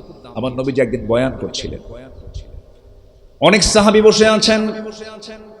সাইয়্যিদিনা মিকদাদ রাদিয়াল্লাহু তাআলা আনহু ডান পাশে সে টকবকে যুবক, সুন্দর চেহারার যুবক, সামনে দাঁড়ানো, দাঁড়ায় আছে, বসার জায়গা নাই। আমার নবীজি দেখতে পেলেন সাহাবী বসার জায়গা পাচ্ছে না। বিশ্ব নবী কি সম্মান তার! যে বিশ্ব নবী রাস্তায় হাঁটলে পরে দিনের আলোতে সূর্যের নিচে আল্লাহ রাব্বুল আলামিন এক খণ্ড মেঘ দিয়ে রাখতেন, যেন নবীর দেহে যেন সূর্যের তাপ না লাগে, নবীর যেন কষ্ট না পান।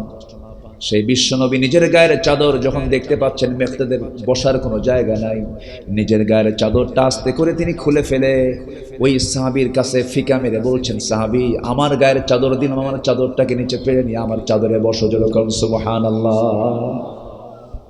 যুবকদেরকে ইসলামও দাম দিয়েছে।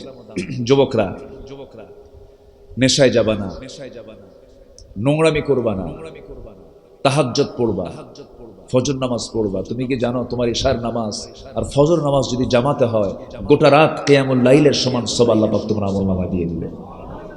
এগুলো কি বুড়া বয়সে হয় বলো? বুড়া বয়সে হয় না, পারা যায় না। বুড়ো হয়ে গেলে পরে উযু করতে নিয়ে একটা বাদ পড়ে যায়, সূরা পড়তে নিয়ে বাদ পড়ে যায়। বুড়ো মানুষের ভিতরে রাগ কম হয় না বেশি হয়? বেশি হয়। দেখবেন গোটা পৃথিবীর কোন হাজিদের মধ্যে মক্কা আর মদিনায় গেলে কোনো ডিস্টার্ব নাই, কারণ গোটা পৃথিবীর সমস্ত ম্যাক্সিমাম দেশের হাজি যারা হজ করতে যায় ইয়াং অবস্থায় যায়। ইন্দোনেশিয়া ইয়াং অবস্থায় যায়, বিয়ার আগেই চলে যায়। কিন্তু সবচেয়ে বুড়া হাজি কোন দেশে? বাংলাদেশে।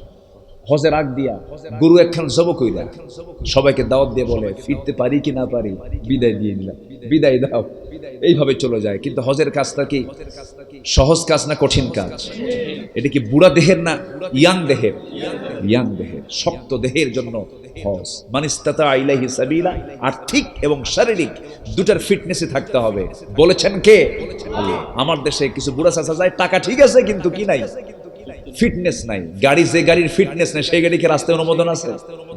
ফিটনেস বিহীন গাড়ি চলে যায় হজ করতে, যাইয়া এমন প্যাঁচ লাগায়, বাড়িতে যেমন বুড়ির সঙ্গে পড়ে না, বুড়া বুড়ি লাগে না, মারামারি লাগে না, ওখানে যায়া করে কি, এখানে সমস্যা, এখানে সমস্যা, সমস্যা দেখতে দেখতে হজ শেষ।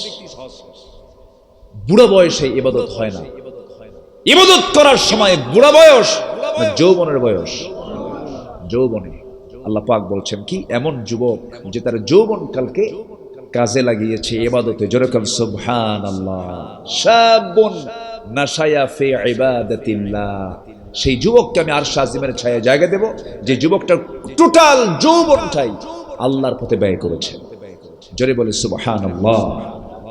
এক সাহাবী সাদ বিন মুআজ রাদিয়াল্লাহু তাআলা ইসলাম কবুল করে বেঁচে ছিলেন মাত্র 5 বছর। কয় বছর? 5 বছর। ইসলাম পেয়েছেন কয় বছর? 5 বছর। মদিনার সাহাবী। তো মদিনায় ইসলাম কবুল করলেন। বদর যুদ্ধ আসলো। কি যুদ্ধ আসলো? বদর। আমি বদরে গিয়েছিলাম। 313 জন সাহাবী কোথায় আর 1000 সাহাবী কোথায়? আমি যাই, যখনই যাই তখন আমি ওইদিকে চলে যাই। এই বদর যুদ্ধ চলে আসলো। সাদ বিন মুআজ রাদিয়াল্লাহু তাআলা আনহু সেই যুদ্ধে অংশগ্রহণ করলেন, ইসলাম কবুল করেছেন তিনি। ইসলাম কবুল করার পরে মাত্র 5 বছর পৃথিবীতে বেঁচে ছিলেন।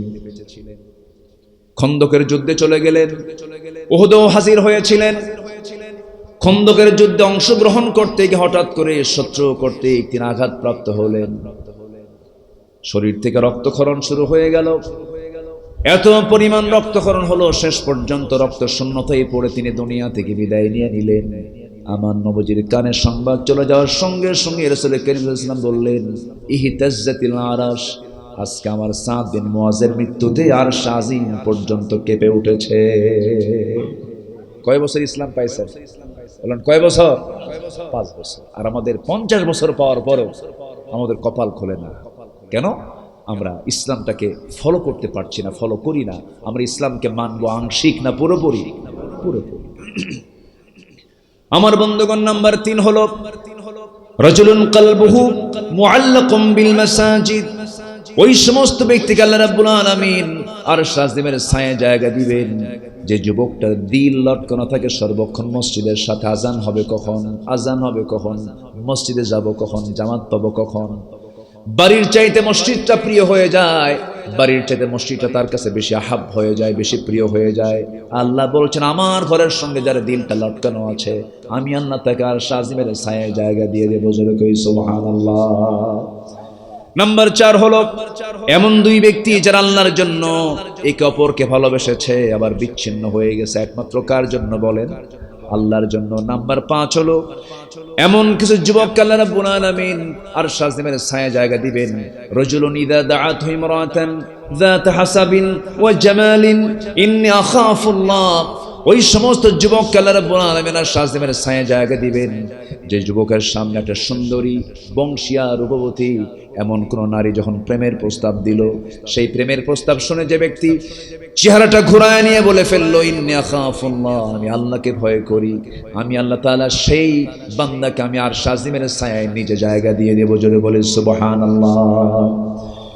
নাম্বার 6 হলো বলে ফেলেছে আগে ডান হাতে দান করব, বাম হাত জানবে না, বাম হাতে দান করব, ডান হাতে জানবে না। এই তাসকিয়াতুন নফস যার মধ্যে থাকবে, আল্লাহ রাব্বুল আলামিন বলেন আমি আল্লাহ তাকে আরশ আজিমের ছায়ায় জায়গা দেব। নাম্বার 7 হলো যে ব্যক্তি নির্জনে, কেউ নাই আশেপাশে, কেউ নাই, রাত হয়ে গেছে, শেষ রাত হয়ে গেছে, চতুর্দিকে শুনশান নীরবতা, কোনো আওয়াজ নাই, সব মানুষ ঘুমের সাগরে হাবুডুবু খাচ্ছে। ওই সময় যখন কোনো বান্দা নির্জনে দাঁড়ায়া ওযু বানায়া নামাজে দাঁড়ায় রুকুতে সেজদায় পড়ে নির্জনে চোখের পানি ফাফাদাত আইনাহু, চোখের পানি ফেলে ফেলে কাঁদে। আল্লাহ বলেন আমি আল্লাহ রাব্বুল আলামিন তার চোখের পানিকে জান্নাতের কারণ বানায়া দিয়া আমি ওকে আরশ আজিমের ছায়ায় তাকে একদিন জায়গা দিয়ে দেব। চোখের পানি ফেলবো কার জন্য? আসতে বলবেন না কার জন্য ভাই? আরো জোরে বলেন কার জন্য? বলেন আল্লাহর জন্য। দুনিয়াতে আপনি যে কান্নায় কাঁদবেন সেই কান্নার কোনো ফল আপনাকে কেউ দেবে না। বউয়ের সামনে কাঁদবেন, বউ বলবে পুরুষ মানুষ কাঁদবে নাকি? আবার বউ যখন কাঁদবে স্বামীর সামনে, স্বামী বলবে মেয়েরা এরকম কাঁদবেই। পৃথিবীর কোনো মানুষ কান্নার মূল্য আপনাকে দিতে জানবে না, কেউ দেবে না। কিন্তু কোনো বান্দা যদি একমাত্র আল্লাহর ভয়ে যদি জাহান্নামের ভয়ে যদি বান্দা যদি এক ফোঁটা চোখের পানি ফেলতে পারে, ওয়াল্লাযীনা ইয়াবিতুনা লিরাব্বিহিম সুজদান ওয়া কিয়ামা ওয়াল্লাযীনা ইয়াকুলুনা ربنا اصرف عنا عذاب جهنم إن عذابها كان غراما إنها ساءت مستقرا ومقاما। যদি কোনো বান্দা একমাত্র আল্লাহর ভয়ে যদি এক ফোঁটা চোখের পানি যদি নির্জন পরিবেশে ফেলতে পারে, আল্লাহ রাব্বুল আলামিন বলেন বান্দারে 7টা জাহান্নামকে ওই তোর এক ফোঁটা পানি দিয়া 7টা জাহান্নামকে নিভায় দিয়ে আমি আল্লাহ রাব্বুল আলামিন আমি তোর জন্য 8টা জান্নাতের দরজা খুলে দেব। জোরে বলি সুবহানাল্লাহ। আমরা কাঁদবো কার কাছে ভাই বলেন? আসতে বলবেন না কাঁদবো কার কাছে? আল্লাহর কাছে আমরা কাঁদবো। দুনিয়া থেকে বিদায় নেব, কেউ বাঁচার জন্য আসি নাই। 1 নাম্বার হলো মৃত্যু, নাম্বার 2 হলো মৃত্যুর পরে আমাকে আপনাকে কবরে যেতে হবে, কবরবাসী হতে হবে। আলেমে বারজাখ এই এক কঠিন জায়গা। অন্তর্বর্তীকালীন সময় কিয়ামত শুরু হবে, মৃত্যুর পর এই যে একটা লম্বা একটা সময় চলে আসবে আমার আপনার জীবনে, এই সময়টাকে আমরা যদি বরকতময় করতে চাই, قد أفلح من تزكى, নফসের শুদ্ধতা আনতে হবে এবং জিকির করতে হবে কার? বেশি করে নাম নেব আমরা কার? এই জোহবার মধ্যে পানি দিয়েছেন কে? মুখের মধ্যে লালা দিয়েছেন কে? এই মুখের লালার যে স্বাদ, আবার চোখের মধ্যে পানি আছে, পানির যে স্বাদ, চোখের পানির স্বাদ একরকম, লালার স্বাদ আর একরকম। আবার কানের মধ্যে আছে কি? কানের মধ্যে ময়লা আছে না? এটা কি এই মুখের লালার মতো? এটা একটু তিক্ত। কেন তিক্ত? যে কান হচ্ছে এমন একটা জায়গা, এই কানের মধ্যে যদি একটা পিঁপড়া ঢুকে যায় তাহলে মানুষের তো বড় ক্ষতি হয়ে যাবে। পিঁপড়া ঢুকতে নিয়ে যখন ওই কানের মধ্যে ওই পিচ্ছিল পদার্থ যখন তার নাকে মুখে যখন লাগে তখন সে আর থাকতে পারে না, তখন সে বাইরে বের হয়ে আসে। যেখানে যে যা দেওয়া দরকার আল্লাহ পাক তাই দিয়েছেন, যেরকম সুবহানাল্লাহ। তাহলে কানের ভিতরে দিয়েছেন, ওটাকে কি বলে এলাকা?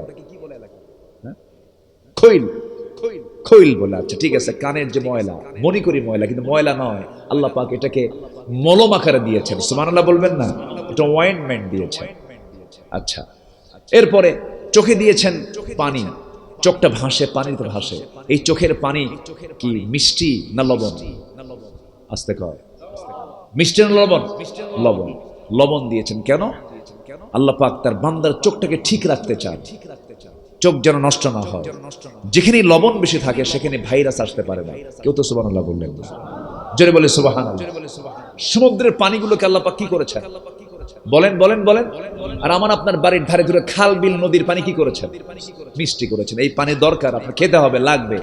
কিন্তু এই পানিগুলো যখন ধুয়ে মিশে সাফ হয়ে যখন চলে যাবে সমুদ্রে, গোটা দুনিয়ার সমস্ত জার্মগুলো গিয়ে সেখানে জমা হবে, বিষাক্ত গন্ধ বের হবে, আবহাওয়া দূষিত হয়ে যাবে, বাতাস নষ্ট হয়ে যাবে। আল্লাহ পাক সেখানে সেজন্য করেছেন কি, ওই জায়গার পানিকে আল্লাহ পাক প্রসেস করে লবণ দিয়ে ওটাকে প্রসেসিং করে গোটা পৃথিবীর আবহাওয়াকে তিনি শুদ্ধ রেখে দিয়েছেন।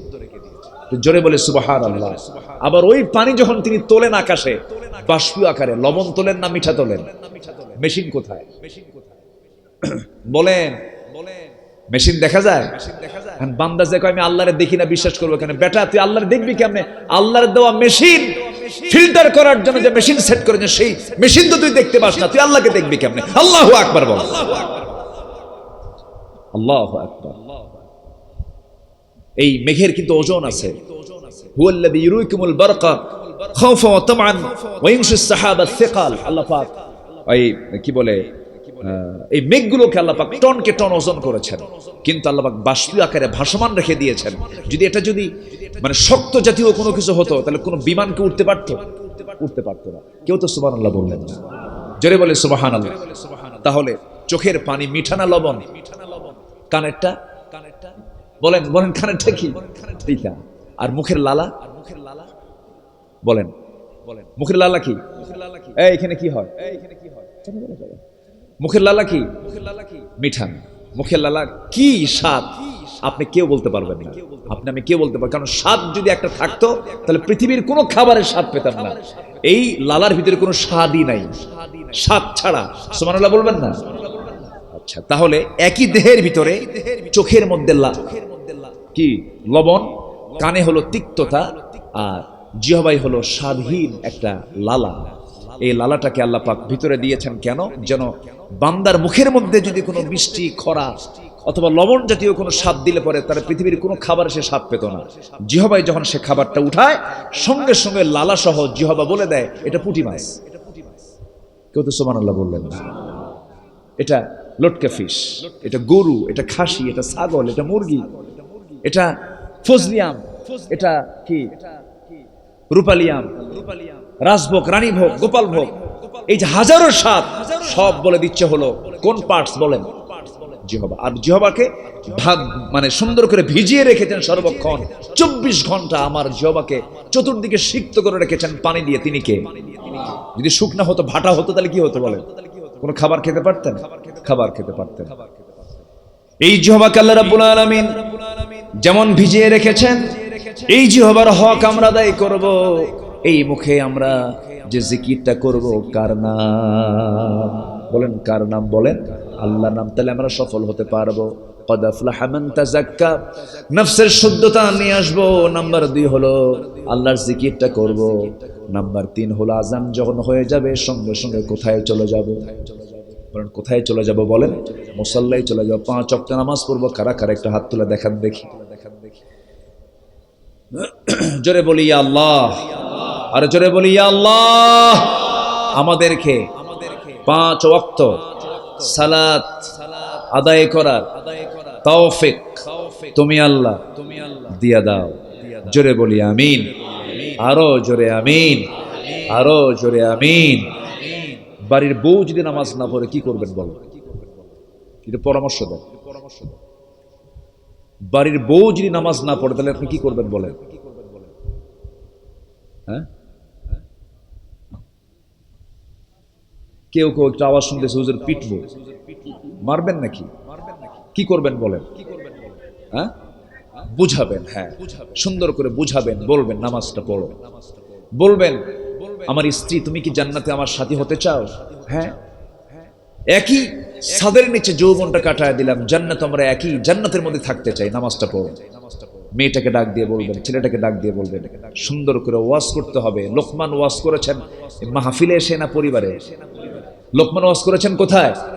আসল ওয়াজ কোন জায়গায় করতে হবে? পরিবার। সুন্দর করে বউটাকে জাহান্নাম থেকে বাঁচানোর চেষ্টা করতে হবে, সন্তানদেরকেও বোঝাতে হবে, দিন রাত বোঝাতে হবে, কারণ নবীরা দাওয়াত দিয়েছেন ইন্নী দাআউতু কওমি লাইলান ওয়া নাহারা। আমি নূহ আলাইহিস সালাতু ওয়াস সালাম আমার কওমকে দাওয়াত দিয়েছি দিনে রাতে 24 ঘন্টা দাওয়াত দিয়েছি। এই কাজটা সবার থাকার দরকার আছে না নাই বলেন?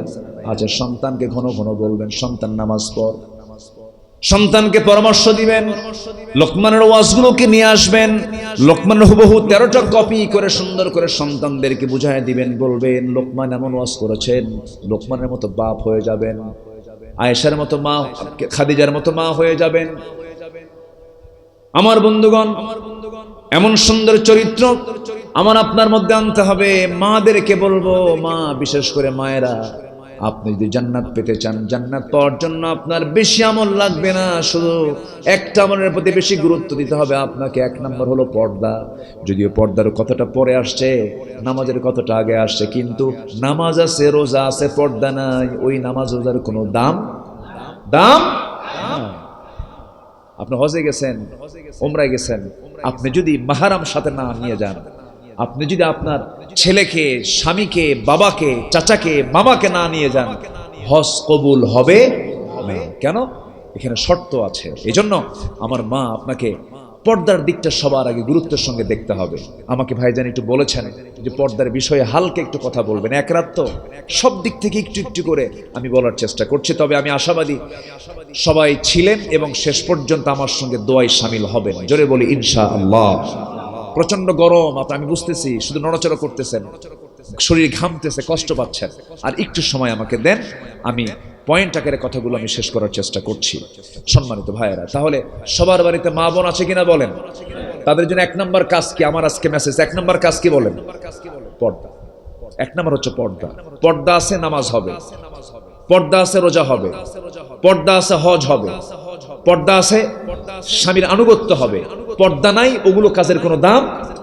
এই জন্য পর্দাটা হচ্ছে সকল ইবাদতের মূল। লবণ শূন্য তরকারি যেমন খাওয়া যায় না, যে মহিলার ভিতরে পর্দা নাই, ওই মহিলা হচ্ছে লবণ শূন্য তরকারির মতো। লবণ শূন্য কি? তরকারির মতো। লবণ শূন্য তরকারি খাওয়া যায়? সচল না অচল? অচল, খাওয়া যায়। আমার মায়েরা, এই 4টা কাজ যদি করতে পারেন, 1 নম্বর হলো পর্দাটাকে ঠিক রেখে নামাজ, রোজা, স্বামীকে দাম দেওয়া, এগুলো যদি আপনারা করতে পারেন, রাসূলুল্লাহ সাল্লাল্লাহু আলাইহি ওয়াসাল্লাম নিজে সুন্দর করে জানিয়ে দিয়েছেন তোমার জন্য 8টা জান্নাতের দরজা খোলা থাকবে, যেটা পছন্দ সেই জান্নাত দিয়ে তুমি জান্নাতে ঢুকবা। জোরে বলুন সুবহানাল্লাহ। নামাজের ব্যাপারে তাকিদ দিতে হবে, নামাজের ব্যাপারে বলতে হবে। তবে হ্যাঁ, যে নারী 4টা কাজ করবে না, স্বামী তার স্ত্রীকে শাসন করতে পারবেন। 4টা কাজ যদি কোনো মহিলা না করে, স্বামী তার স্ত্রীকে মারতে পারবেন। শুনবেন কি? মারবেন? হ্যাঁ, দেখছেন, মারবেন। আচ্ছা, মারার কারণে শোনা যাবে না, 4টা কারণে স্বামী তার স্ত্রীকে শাসন করতে পারবেন, মারতে পারবেন। এখন মায়েরা হয়তো মনে মনে চিন্তা করতেছে, হুজুর আলোচনা শেষ প্রান্তে এসে মারার অর্ডার দিয়ে গেলেন। 4টা কাজ যদি না পান, আপনি তাকে শাসন করতে পারবেন। নাম্বার 1 হলো 5 ওয়াক্ত নামাজ। হিসাব নিতে হবে আপনার। আর রিজালু কাওয়ামুনা আলান নিসা। নাম্বার 2 হলো রমজান মাসে রোজা। নাম্বার 3 হলো স্বামীর বৈধ আনুগত্য। যে আনুগত্যের মধ্যে বৈধতা আছে, স্বামী যদি বলে বন্ধু আসছে, চা খিলা, আপ্যায়ন করে, এই আনুগত্য কি করা যাবে নাকি? করা যাবে না। নাম্বার 4 হলো সতীত্বের হেফাজত করা, পর্দা অবলম্বন করা। এই 4টা কাজ যদি কোনো স্ত্রী না করে, স্বামী শাসন করতে পারবে। তবে শাসন করার ক্ষেত্রে নীতিমালা হলো মারতে পারবেন, শাসন করতে পারবেন। লাঠি দিয়ে মারা যাবে না, অন্য কোন অস্ত্র দিয়ে মারা যাবে না, মুখে মারা যাবে না, নাকে মারা যাবে না, বুকে মারা যাবে না। মারার জন্য শর্ত হলো যে অস্ত্র আপনি ব্যবহার করবেন পকেটে থাকা 9 ইঞ্চি মেসওয়াক দিয়ে আপনি মারতে পারবেন। এখন এই মেসওয়াক যদি কোনো স্বামী যদি তার স্ত্রীকে মারতে যায়, দৃশ্য যদি কারো চোখে ধরা পড়ে, রাগ করবে না হাসবে? রাগ করবে না হাসবে? হাসবে। চান্সে ছিলেন? অসম্ভব ব্যাপার। মারার কোনো অর্ডার ইসলাম দেয়নি, কোথাও দেয়নি। আমার মায়ের এখন খুব খুশি, হুজুর আপনি খুব ভালো। মারার অর্ডার ইসলাম দেয়নি। আপনি মারতে যাবেন কেন? যেই স্বামী তার বউকে মারে, আমি মনে করি সমাজের সবচাইতে ছোট লোক ওই লোকটা। আসতে কন কেন? আসতে কন কেন? কথায় উঠতে মার, বসতে মার, কথা বলতে মার। যে কোনো সময় বউটাকে মনে করে যে একটা একটা জন্তু, মানুষ মনে করে না। এরকম কিছু নরপশু স্বামী নামের কলঙ্ক আছে না নাই? এগুলো করা যাবে না। আল্লাহ রাব্বুল আলামিন সবার জীবনকে ইসলাম দিয়ে সাজিয়ে তোলার তৌফিক দান করুন। জোরে বলি আল্লাহুম্মা আমিন। সম্মানিত ভাইয়েরা, সম্মানিত বন্ধুগণ, তো আমাদের সফলতা হচ্ছে জাহান্নাম থেকে যদি আমি বাঁচতে পেরে যদি জান্নাতের লাভ, জান্নাতের যদি অধিকারী হতে পারি, এটা আমার জন্য সফলতা। কিয়ামত সামনে, সবার সামনে একদম পূর্ব দিগন্তে সূর্য যেমন স্পষ্ট সামনে কিয়ামতের দিন, তেমনই সুস্পষ্ট সবার সামনে কিয়ামত আছে। সেই কিয়ামতের ভয়াবহতা আল্লাহ পাক তুলে ধরেছেন বিভিন্ন জায়গায়। সময় তো কম, এক রাতে সব তো বলা যায় না। সেই কিয়ামত সবার সামনে আছে। কিয়ামতের মুখোমুখি আমাকে আপনাকে হতে হবে, বিচার দিবসের মুখোমুখি হতে হবে, আল্লাহর সামনে দাঁড়াতে হবে। এক বান্দা মারা যাচ্ছিল, মারা যাওয়ার আগ দিয়ে বলে যাচ্ছে, আমি যখন মরে যাব তখন তোমরা আমার এই লাশটাকে দাফন দিবা না, আগুনে পুড়ায় দিবা। কেন বলতেছি? আগুনে পুড়ায় দেওয়ার পর যে ছাইটা হবে, সেই ছাইটা সমুদ্রে নিক্ষেপ করে দিবা, উড়ায় দিবা। এমন ওসিয়ত কেন করলেন আপনি? সে বান্দা বলতেছে যে আমি আল্লাহর সামনে এত বড় গুনার এই বিশাল পাহাড় নিয়ে আল্লাহর সামনে আমি কোন লজ্জায় দাঁড়াবো?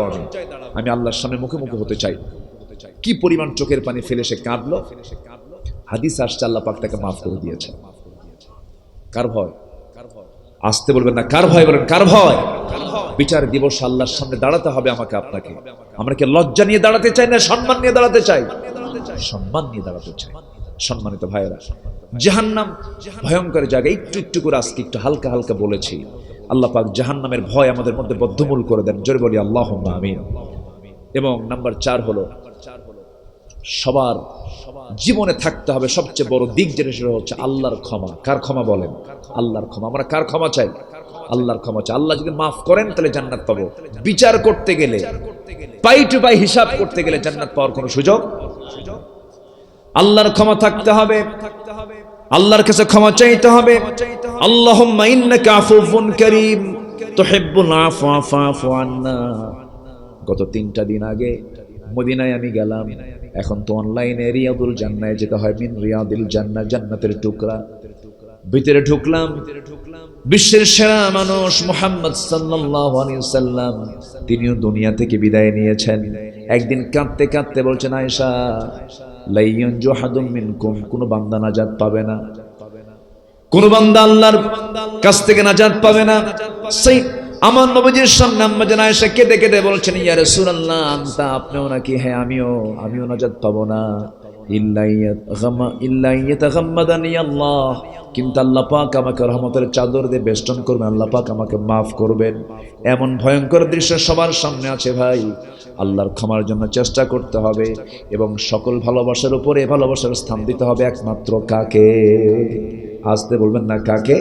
আল্লাহকে প্রাধান্য দিতে হবে। আল্লাহর ভালোবাসাকে বদ্ধমূল করতে হবে এবং আল্লাহকে আবার কাছে পেতে হলে একজন ব্যক্তির মাধ্যমে যেতে হবে। তিনি অন্য কেউ নন, তিনি হচ্ছেন মুহাম্মদ সাল্লাল্লাহু আলাইহি ওয়াসাল্লাম। আমার বন্ধুগণ, আল্লাহ পাক শর্ত জড়িয়ে দিয়েছেন, আমাকে পেতে চাও ফাত্তাবিউনি, আমার নবীর তোমরা ইত্তেবা করো, নবী রাসূলকে তোমরা ভালোবাসো। এই পৃথিবীতে আমার নবীর পরে যে লোকটার দাম, তিনি হচ্ছেন আবু বকর সিদ্দিক রাদিয়াল্লাহু তাআলা আনহু। এই পৃথিবীতে যত মানুষ এসেছে এবং আসবে, আমার নবীর পরই যার দাম, মা তোলাতিস শামস ওয়ালা গরাবাত, এমন দামি মানুষ আর দ্বিতীয়টা পৃথিবীতে আসবে না। নবীজি ইন্তেকাল করেছেন কি বার? বলেন কি বারে? সোমবার। একদিন আম্মা জান আয়েশা সিদ্দিকার সামনে আবু বকর সিদ্দিক রাদিয়াল্লাহু আনহু তার মেয়েকে ডেকে বলছে, আয়েশা রে, আমাদের রাসূল কোন দিন যেন মারা গেছেন, কি সোমবারে মারা গেছেন, আজকে কি বার? সোমবার। সঙ্গে সঙ্গে কেঁদে কেঁদে বলছেন, আহারে আজকের এই সোমবারে যদি আমার ইন্তেকালটা তাড়াতাড়ি হয়ে যেত। কি মুহাব্বত কাজ করেছে তাদের মাঝে। নবীজি না খাওয়া ছাগলের গোশত তিনি পেলেন, নবীজি খাচ্ছিলেন, আবু বকর সিদ্দিক রাদিয়াল্লাহু তাআলা সেই খাওয়ার দৃশ্য দেখতেছেন। নবীজির খাওয়া দেখে তিনিও না খাওয়া ছিলেন, কিন্তু তিনি বলেন, নবীর খাওয়া দেখে মনে হলো আমার খাওয়া হয়ে গেছে।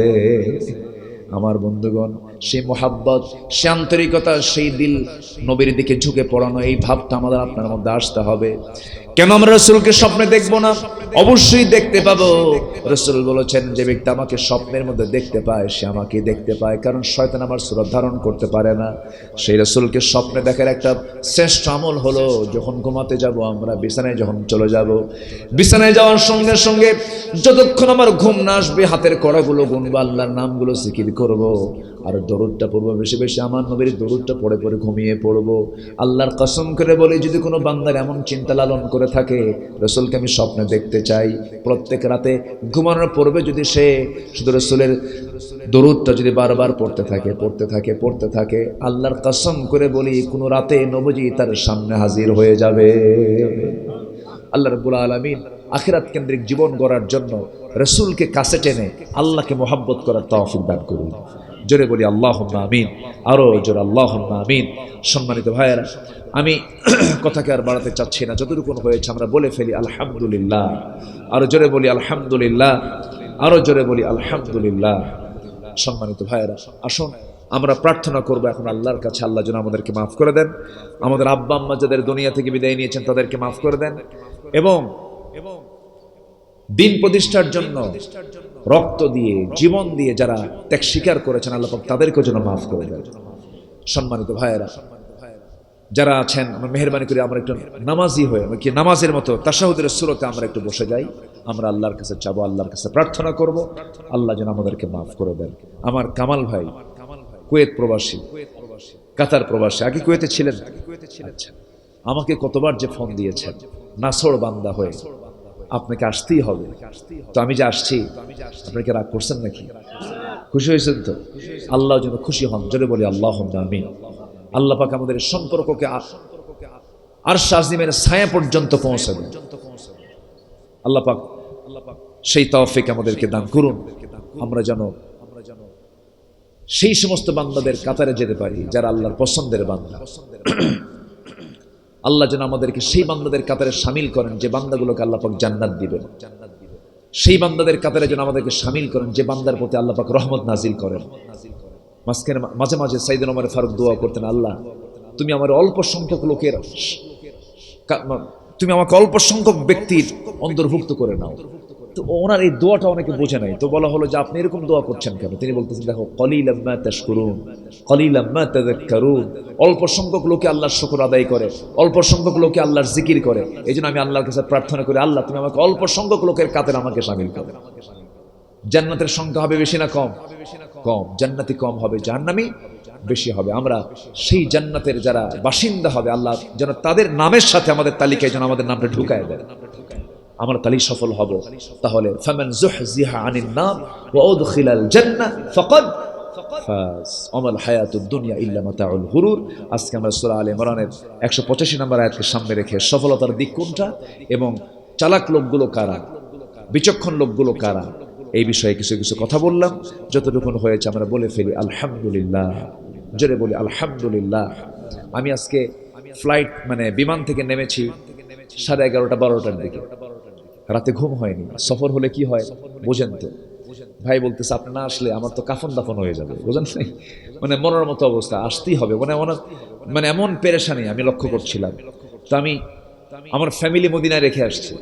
ফ্যামিলি এখন মদিনা, আমার 6টা পরিবারের সদস্য, 2 বছরের বাচ্চা সহ, তারা এখনো মদিনায় আছে। তাদের ফেরার দিন হচ্ছে 27 তারিখ।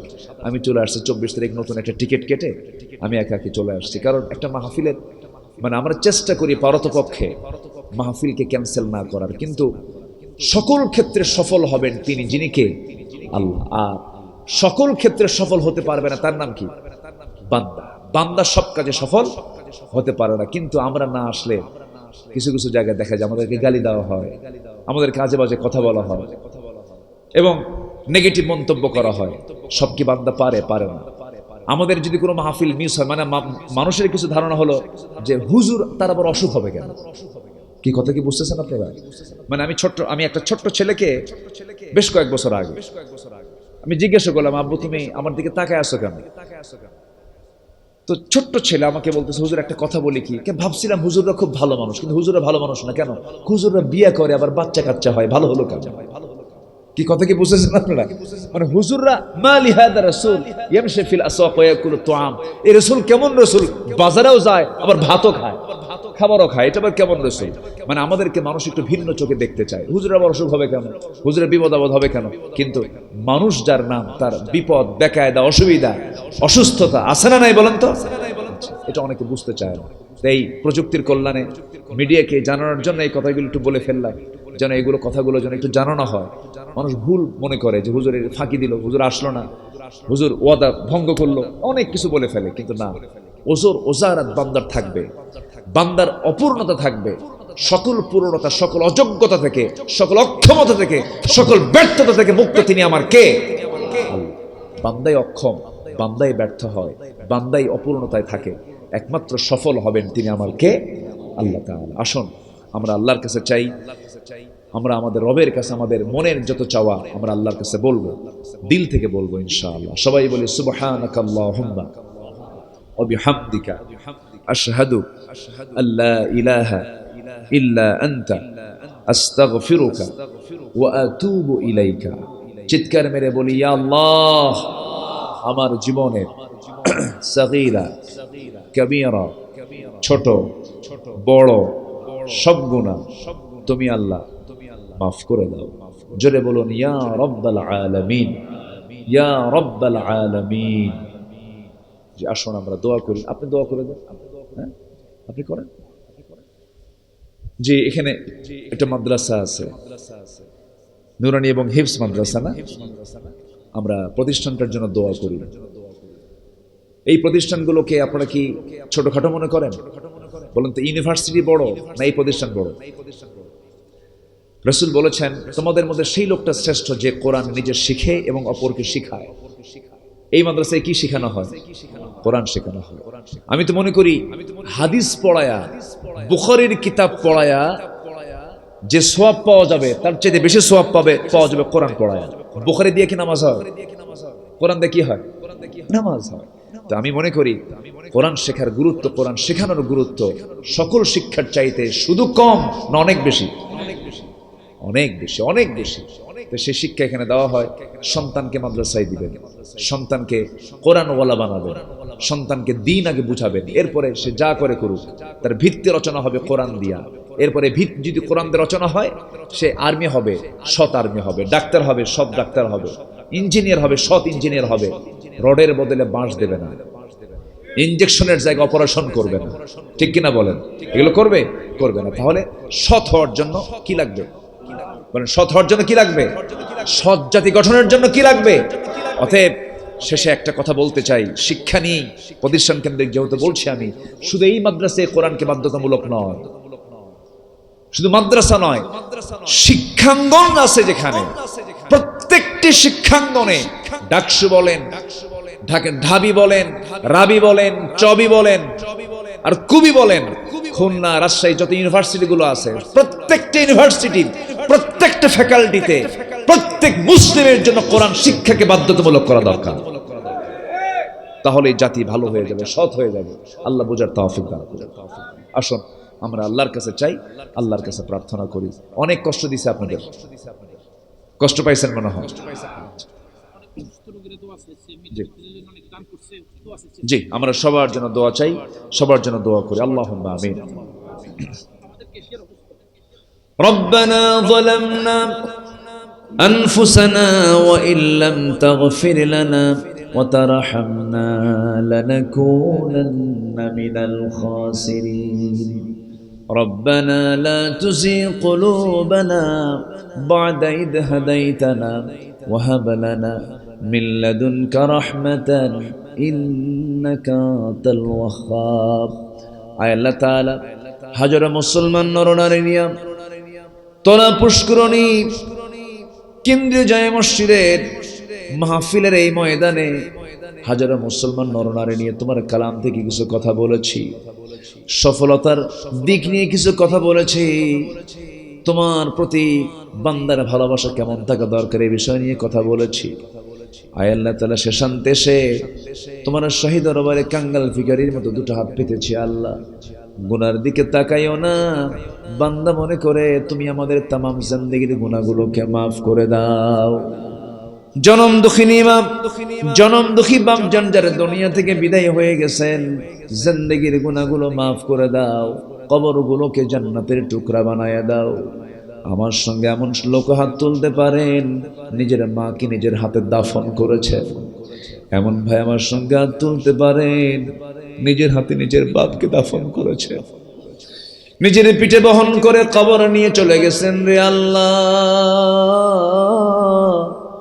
দুনিয়ার সব খবর ঘরের কোণে পাওয়া যায়, সব দেখা যায়, শোনা যায়, কিন্তু ঘরের কোণে শুয়ে থাকা মা কবরে শুয়ে আছেন, কোনো খবর পৃথিবীবাসীর কাছে থাকে না। রে আল্লাহ, সে আব্বা আম্মা কারো 20 বছর আগে, কারো 10 বছর আগে দুনিয়া থেকে বিদায় নিয়েছেন। আব্বা আম্মা যারা দুনিয়া থেকে বিদায় নিলেন, রে আল্লাহ, জিন্দেগীর গুনাহগুলো মাফ করো, কবরগুলোকে জান্নাতের বাগিচা বানায়া দাও। আব্বা আম্মার জন্য কি দোয়া তাও শিখিয়ে দিয়েছো, দিল থেকে সবাই বলুন, রব্বির হামহুমা কামা রব্বায়ানি সগীরা, রব্বির হামহুমা কামা রব্বায়ানি সগীরা, রব্বির হামহুমা কামা রব্বায়ানি সগীরা।